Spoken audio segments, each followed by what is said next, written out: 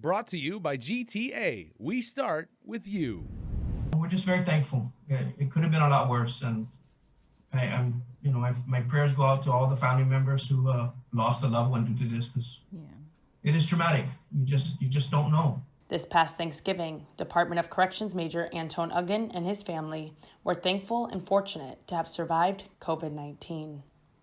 On November 5th, Aguon tested positive, with his wife and son also contracting the virus.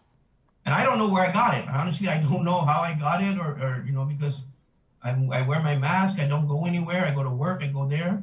Nobody else here at the director's office caught it from me, and nobody else here got positive. So I really don't know where I caught the virus, or, I just don't know. I was very cautious, so it just shows you can be very cautious, and somewhere along the line I messed up. He says his symptoms were not severe, having experienced headaches, cough, and fatigue. As for his wife and son, they had a fever for 3 days. Fortunately, again, for all three of us, at the end of the day, we didn't get any more severe than that. And so we're all recovered now. Fortunately, my three daughters also did not get it.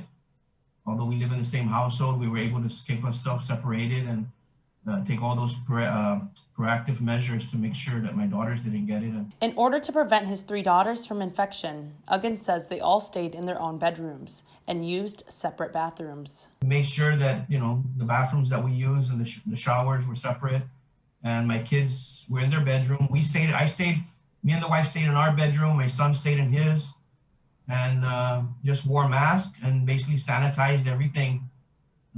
We have this sprayer that we were spraying around the house every time we went somewhere. It worked, I guess. My daughters were spared that, and they did a good job of taking care of us, providing us with our drinks.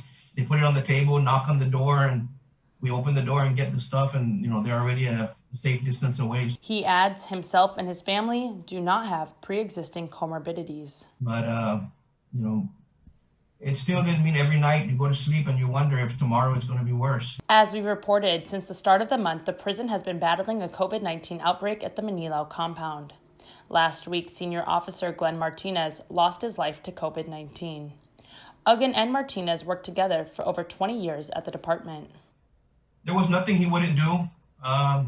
Any assignment given, Glenn would gladly do it. He never shied away from doing any kind of job or work. If we had something that we needed done, if I needed something done and for him to look into it, all he'd say is, "Okay, boss, I'll get it. I'll look at it." And you could always count on him, and no complaints. He never complained. He came to work always positive, in a good mood, and, he was fun to be around. And that's going to be greatly missed by a lot of the officers. Aguon expresses condolences to the Martinez family. He adds 2 more DOC staff remain hospitalized for COVID. And he shares this message as a survivor. You just have to appreciate life a little bit more. This Thanksgiving came by, and we were very thankful that, we were able to enjoy it. And again, it just could have been a lot worse. Reporting for Guam's News Network, I'm Major Antone Aguon. Brought to you by GTA. We start with you.